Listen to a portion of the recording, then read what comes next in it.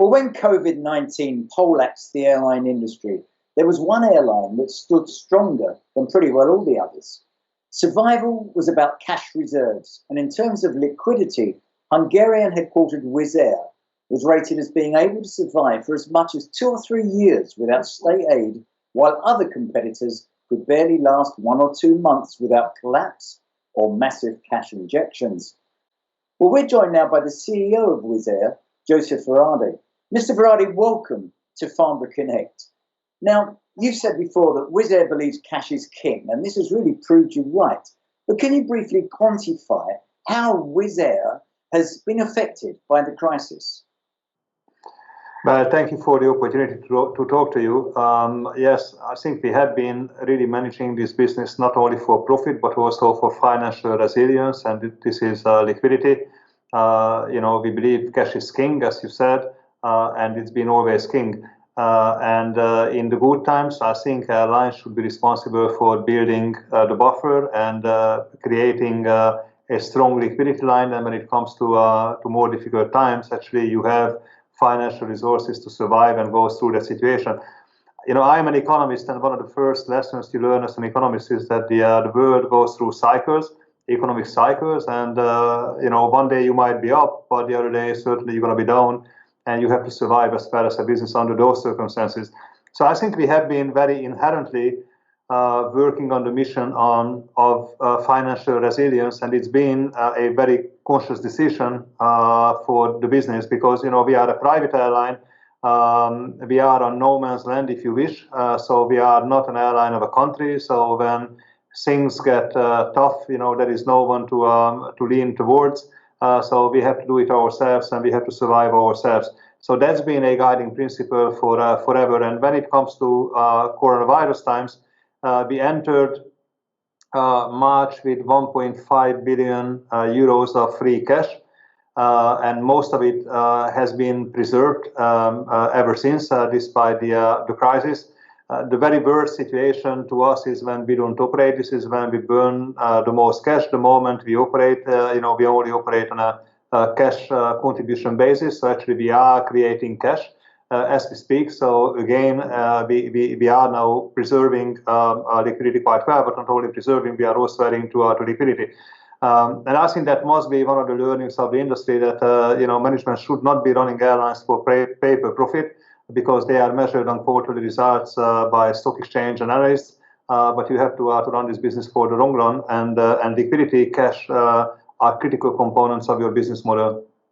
So it's an interesting model that perhaps other airlines ought to be watching rather than going cap in hand to governments then.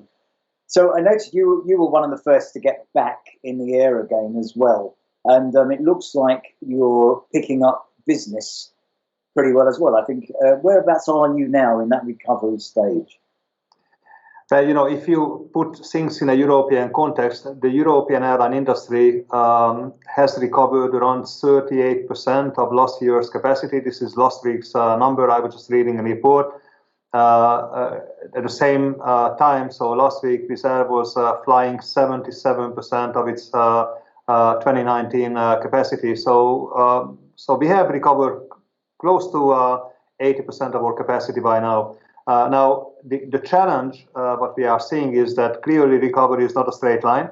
We are seeing now measures taking the industry backwards, actually. We are seeing countries reintroducing restrictions, flight bans, and all sorts of regulatory constraints to operate the industry. So I'm expecting a period, which I don't know for how long it's going to take, but I would guess it's going to take quite some months, when we're going to be seeing, easing and restrictions coming into play, one after the other, and probably the fix on the situation will be when, some medicine will get invented and vaccination will be carried out.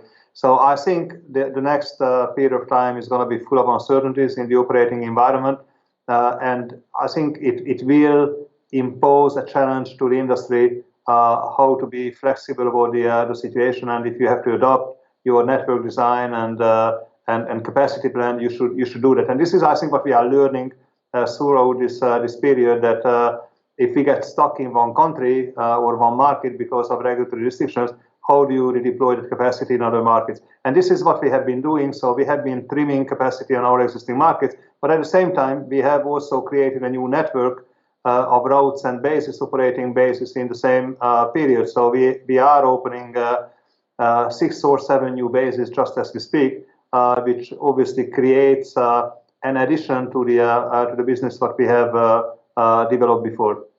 And I've seen you're going very much head-to-head with Ryanair, of course, who seem to be trying to step onto your toes now as a bit of, they're really seeing the competition. So how are you doing this with Ukraine, of course, which is looking very, very competitive, and indeed in your own home yard, they're coming in. Do you see yourself beating them at this? Well, first of all, I think competition is good. Competition is not only good for the consumer because it gives options to the consumers to choose from, but I also think it is good to the airlines because competition keeps us on our toes. I think we simply become a better business as a result of competing. And with that regard, we have learned a lot from competition over the years. And now, we are the lowest cost producer in the industry. I don't think we would have gotten anywhere close to where we are today without competition. So I embrace competition. And as a matter of fact, I would like to compete more and more with other airlines. I think what has changed is the fact that we all know that short-haul flying is a commodity business.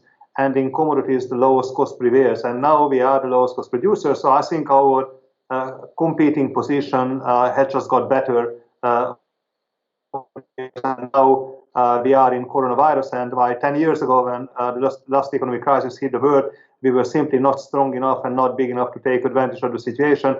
This time around, I think we have the scale, we have the capacity, the financial capacity to actually benefit from this and be one of the structural winners of the situation. Now, one of the things that make a low-cost model work, of course, is utilization, fast turnarounds. COVID-19 must have affected that with the things you've got to do, like cleansing and also with the airport work. Is that true?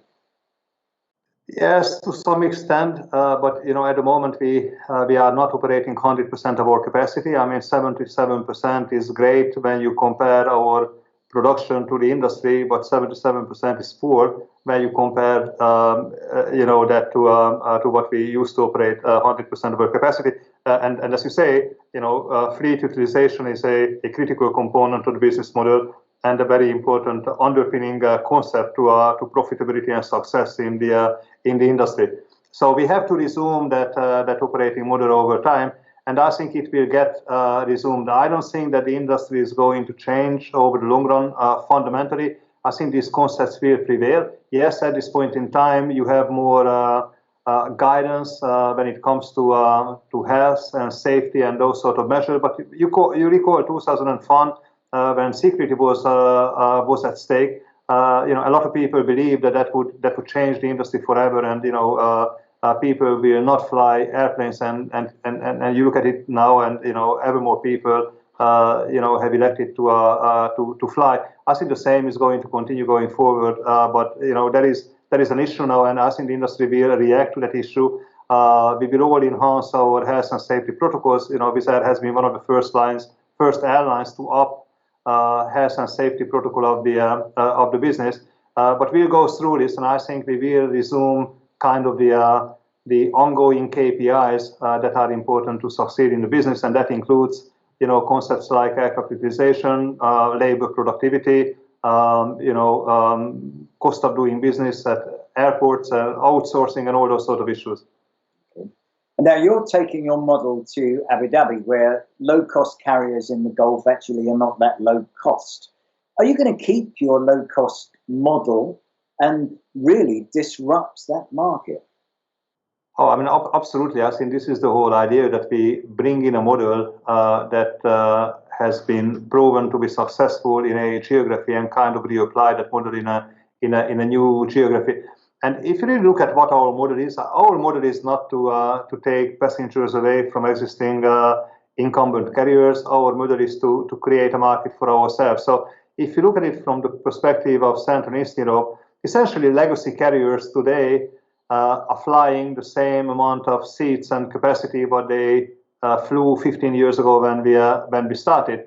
But we created a market ourselves by stimulating the market, taking the anti-barrier as low as possible for people to jump over or get into the franchise of flying. I think this is what we are trying to do in the Middle East, in Abu Dhabi as well. We try to create a new market, for the benefit of Abu Dhabi in terms of getting people into Abu Dhabi to discover the country and contribute to the tourism industry of Abu Dhabi, but also to make sure that simply, more people travel more. Which is fantastic. And I noticed you've already doubled the number of aircraft you were going to use in Abu Dhabi. Is that just optimism, or are you sure that's going to work? I'm sure this is going to work. I mean, Abu Dhabi has the fundamentals, what we need for the business to operate successfully. It is a scalable market. It is a growing economy. I think very smartly Abu Dhabi is diversifying its economy, away from a carbon-based economy to a more diverse, more colorful ways of developing the country, society, and the economy. And we believe that delivering the lowest cost in a commodity, we can be a great contributor to it. So I think this is the win-win. We benefit from Abu Dhabi's growth, and Abu Dhabi benefits from our growth and our ability to stimulate markets for their benefits. So this is what we are really motivated by. That we think it's a great market opportunity. It's scalable. I mean, if you just think about it, you stand in Abu Dhabi, you look around in the world, and within a radius of 7 hours, you have 5 billion people. I mean, that gives you, immense scope of opportunities to exploit in the future. And obviously, we need to figure out how to do it and what's the best way to go about it. But we think that Abu Dhabi is a very significant opportunity for the business, and what we can achieve in Abu Dhabi is probably comparable what we've been able to achieve in Europe. If you look at Wizz Air Hungary, which is the European airline of the group, we've gotten to 100 aircraft operation over 15 years. I think this is something what we would be looking at for Abu Dhabi as well, to get to 100 aircraft in 15 years there too. That's great. And then finally, I want to talk to you about sustainability. I know you're saying at the moment you are, I think, Europe's cleanest, most environmentally friendly airline, which I know Michael O'Leary challenges every now and then. But how do you see that going with our sustainability desires for 2030 and 2050? Is that all to rely on things like the NEOs that you've ordered, and are you still going to be ordering them? Well, I think we do whatever we can to make sure that we are economically efficient, but also environmentally efficient. And if you look at the impact of COVID-19, I mean, clearly one of the impacts of COVID-19, which we don't talk about a lot, but I think it's a very significant impact, is that most of the airlines are halting their fleet plans.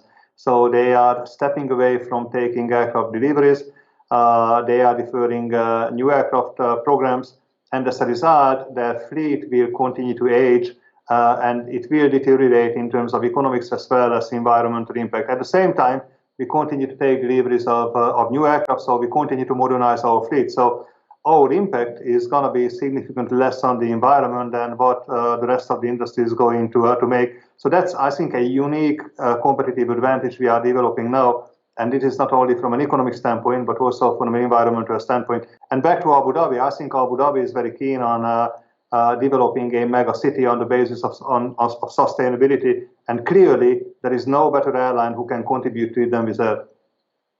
That's great. And so you see the recovery coming specifically for Wizz Air. You think, you're going to be back to 100% probably a lot quicker than others. So what's the message for the airline industry then from you?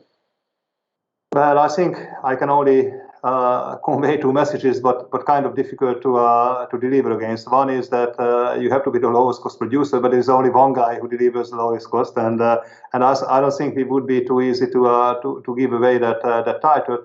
And two, and certainly I think this is something everyone can adopt and should think about hard, is how do you manage the business for cash and long-term sustainability from a business standpoint, and long-term liquidity and resilience. I think that's a significant challenge to the industry, and I don't think the industry as a whole has done a really good job on this. Right. József Váradi, thank you very, very much for joining us on the program today. Thank you very much too.